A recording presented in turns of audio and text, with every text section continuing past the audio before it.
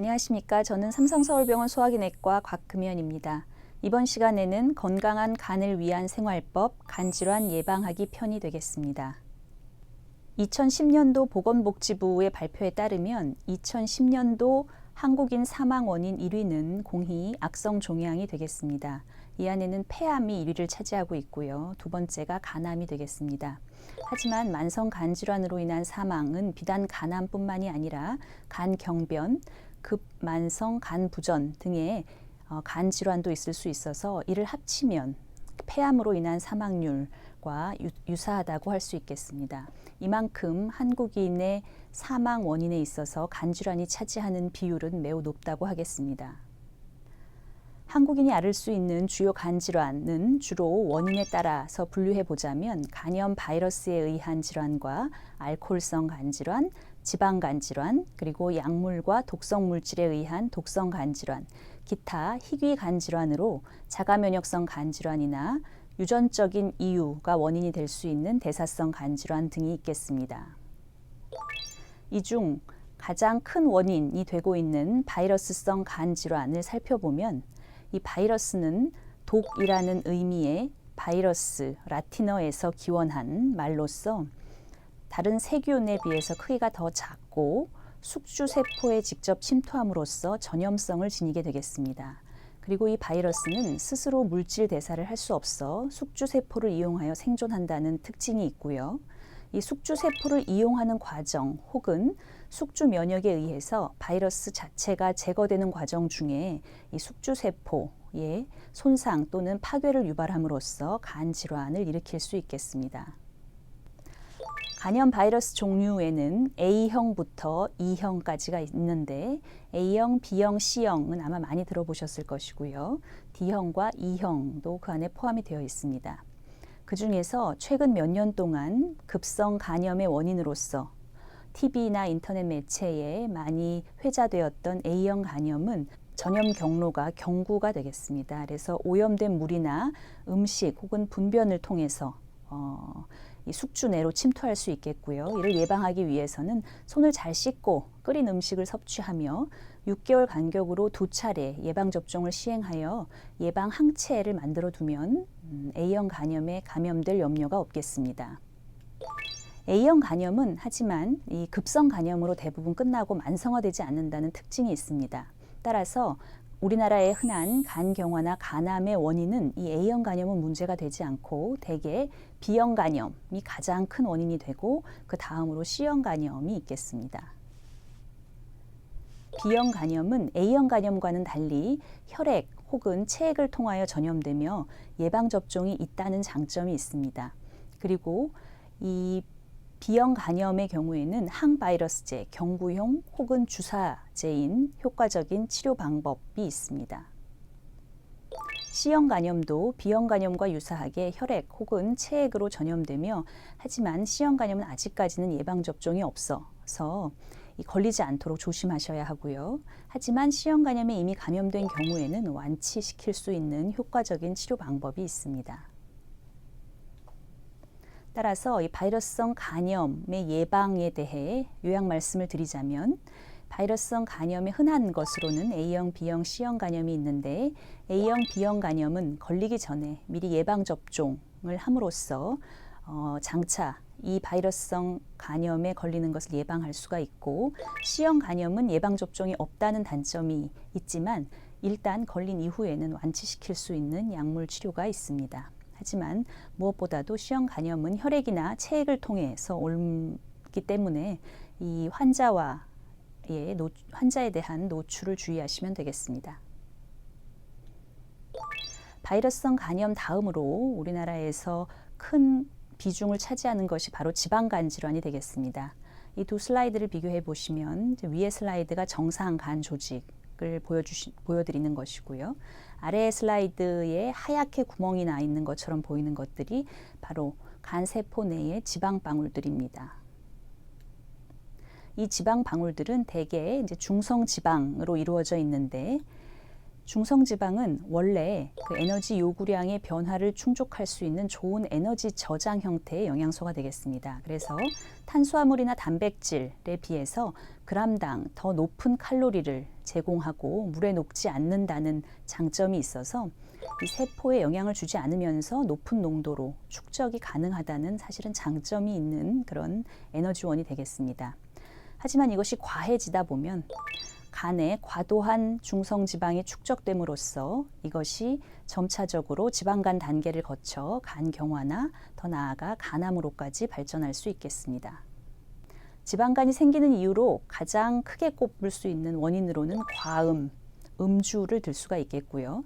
그 이외에 비알코올성 지방간의 원인으로 비만, 과식, 운동 부족, 기타 지방간을 일으킬 수 있는 약물 남용을 들 수 있습니다.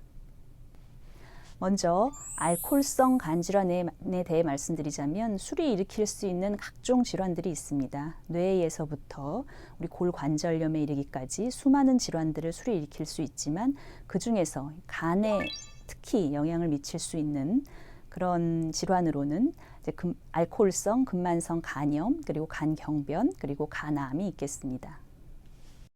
우리나라의 음주 행태를 보면 한국의 술 소비량은 세계 5위로 연간 1인당 소주 50병 정도를 섭취하는 것으로 보고되고 있고 문제성 음주자가 약 100만에서 200만 명으로 추산되며 대부분은 30, 40대 남자이지만 최근 들어 젊은 여성의 음주가 늘고 있는 것으로 보고되고 있습니다. 그리고 이는 사회적 비용으로 추산해 보면 연간 10조 원 이상이 이에 소비되고 있습니다. 각종 주류의 알코올 농도를 살펴보면 흔히 도수라고 하는 것으로부터 우리가 추산을 할 수가 있는데요. 소주는 대개 19%에서 25% 정도. 그래서 한 병을 마시게 되면 하루 최대 허용량인 80g에 이미 도달하게 됩니다. 포도주 같은 경우에도 역시 750ml 한 병이면 하루 최대 허용량이 되겠고요. 맥주는 3병 정도, 위스키는 반병 정도가 되겠습니다.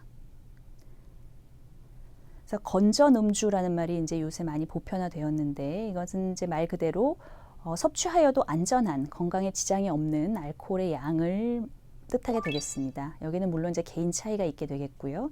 남성의 경우에는 대략 하루 20g 이하, 이는 약 소주 2잔 정도에 해당되겠습니다. 그리고 여성의 경우에는 이의 절반 정도인 하루 10g 이하, 이는 한 소주 1잔 정도에 해당되겠습니다. 그래서 건강한 남녀라면 이 정도 미만의 음주는 건강에 별 문제가 되지 않는 정도라고 이해하시면 되겠습니다. 고위험 음주를 가르는 기준에는 다음과 같은 질문에 대한 대답이 필요합니다. 당신은 술을 끊어야 한다고 생각한 적이 있습니까? 두 번째는 당신이 술을 마시는 것을 비난하는 사람들 때문에 귀찮을 때가 있습니까? 세 번째는 음주 때문에 죄책감을 느끼거나 기분이 나쁠 때가 있습니까? 네 번째는 술을 마신 다음 날 아침 불쾌감을 없애고 기운을 차리기 위해 해장술을 마실 때가 있습니까? 이 중에 한 항목이라도 해당이 된다면 여러분은 이미 고위험 음주에 들어가고 있다고 할 수 있겠습니다. 그래서 이 알코올성 간 질환을 예방하기 위해서는 남성에서는 하루에 최대 40g 이상, 여성에서는 최대 20g 이상의 음주를 하지 말아야 하고 매일 음주하거나 포금하는 습관이 알코올성 간 질환의 발생을 증가시키므로 이를 피해야 하며 아까 말씀드린 건전 음주의 경우에는 건강한 남녀라고 분명히 말씀을 드렸습니다. 그래서 이미 간 질환이 있는 만성 바이러스성 간 질환 환자이거나 간경화 환자에서도 이런 건전 음주가 해당되는 것은 아닙니다. 이런 환자들에서는 반드시 금주가 필요하고 아울러 비만과 흡연이 알코올성 간 질환 발생을 증가시키므로 체중 조절과 금연을 반드시 하셔야 되겠습니다. 다음으로 알코올 이외의 지방간의 원인인 비만에 대해 살펴보겠습니다. 비만으로 초래되는 합병증은 매우 많이 있습니다. 뇌혈관 질환 그리고 심혈관계 질환에서부터 골관절염에 이르기까지 온 몸에 병을 일으킬 수가 있는데요. 그 중에 또 대표적인 것이 비알코올성 지방간 질환이 되겠습니다. 우리 병원에서의 자료를 살펴보면 이 건강검진을 받으신 성인들의 데이터가 되겠는데요. 체중이 늘면 늘수록 초음파상에서 지방간으로 진단될 확률이 점점 높아지고 있는 것을 알 수 있습니다. 그래서 비만한 사람의 경우에는 67%가 이미 지방간을 가지고 있다라고 이해하시면 되겠습니다. 그래서 이 지방간을 치료할 수 있는 방법은 단순히 간 기능상에서의 수치 정상화가 아닌 이 간 내에 축적된 중성 지방을 감소시켜야만 하겠습니다. 그러기 위해서는 체중 감량을 통해서 이상 체중을 유지하셔야 하는데요. 현재 체중의 5 내지 10%를 감량해야만 지방간이 개선되는 것을 볼 수 있습니다. 그래서 이 지방간에 대해서는 아직까지 특효약은 없고 체중 감량을 위한 바른 식생활과 운동이 유일한 방법이 되겠습니다. 그래서 지방간 개선을 위한 바른 식생활은 정상인이라면 현재 체중당 25 내지 30kcal의 에너지를 섭취하면 되고, 비만인인 경우에는 현재 체중이 아닌 이상 체중당 같은 칼로리를 섭취하셔야 됩니다. 그래서 이상 체중이라 하면 본인의 키에 100을 빼고 거기서 0.9를 곱한 체중이 되겠는데요. 거기에 25 내지 30kcal의 에너지 섭취하실 것을 권장합니다. 한 가지 우리 일반인들이 가지고 있는 상식 중에 잘못된 것이 지방간은 반드시 기름기 있는 음식을 많이 먹어야만 생긴다라는 상식입니다.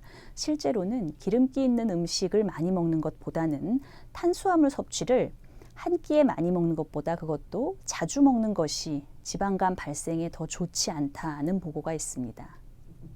그래서 지방간 관리를 하실 때는 식생활 관리에서 특히 탄수화물과 단 음식 섭취를 줄이셔야 합니다. 그 중에는 여러 가지 이제 밀가루 음식들이 있고요. 또 과일도 결코 안전하지 않습니다. 이 과일에 상당량의 단당류, 이당류가 포함되어 있기 때문에 이로 인해서 우리가 섭취하는 칼로리가 매우 높습니다. 특히 우리나라 사람들이 잘 섭취하게 되는 이 사과나 배, 칼로리가 매우 높고요. 그리고 요새 여러 가지 치매 예방이라든지를 위해서 섭취를 권장하고 있는 견과류, 그 중에서도 땅콩과 아몬드는 칼로리가 매우 높은 그런 견과류가 되겠습니다. 그래서 이런 과일과 견과류의 섭취에 있어서도 칼로리를 반드시 고려하셔서 적당량의 섭취를 하셔야 되겠습니다. 그래서 지방간 관리를 위해서는 저지방 식이보다는 저탄수화물 식이가 훨씬 더 혈중 중성지방치를 낮추고 간 내에 있는 중성지방 양을 줄이는 데 훨씬 더 도움이 되는 것으로 알려져 있습니다. 그리고 같은 탄수화물을 섭취하더라도 햄버거나 크림 파스타나 라면 이런 탄수화물보다는 곡물빵이나 아니면 파스타 대신에 우리나라 전통의 잔치국수라든지 아니면 메밀국수 이런 쪽이 훨씬 지방간을 덜 만드는 그런 탄수화물이 되겠습니다. 그래서 지방간 개선을 위한 7가지 식사 규칙을 제가 제안을 해드리겠습니다. 과식 없이 규칙적인 식사를 하셔야 그 다음번 식사를 하실 때 과식을 안 하실 수가 있고요. 그리고 가급적 그 식이 섭취를 하실 때는 탄수화물 식품을 이제 제한하도록 하시고 달콤한 맛이 나는 음식 섭취를 주의하셔야 하고, 물론 탄수화물만큼은 아니지만 지방 섭취도 줄이셔야 하고요.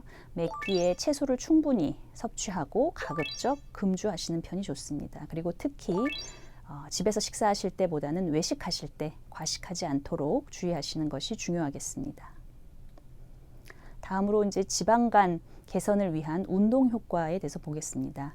물론 이제 식이요법과 함께 이제 운동이 양대 지방간 치료를 위해서 권장되는 방법입니다.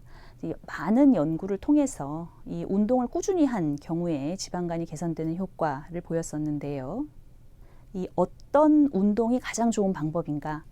정도는 없습니다. 대신 이제 꾸준히 하시는 게 가장 중요합니다. 그래서 운동의 종류는 사실 별로 중요하지 않다고 되어 있고요. 일주일에 최소한 3일에서 5일 한 번에 적어도 30분에서 1시간을 지속적으로 하시거나 또는 간헐적으로 하셔도 좋습니다. 유산소 운동으로는 빨리 걷기, 달리기, 자전거 타기, 에어로빅, 조정, 계단 오르기, 수영, 스케이트 타기 모두 다 좋고요. 유산소 운동이 아닌 저항력 운동도 체중 감소는 없지만 지방간 개선에 매우 효과적이라고 알려져 있습니다.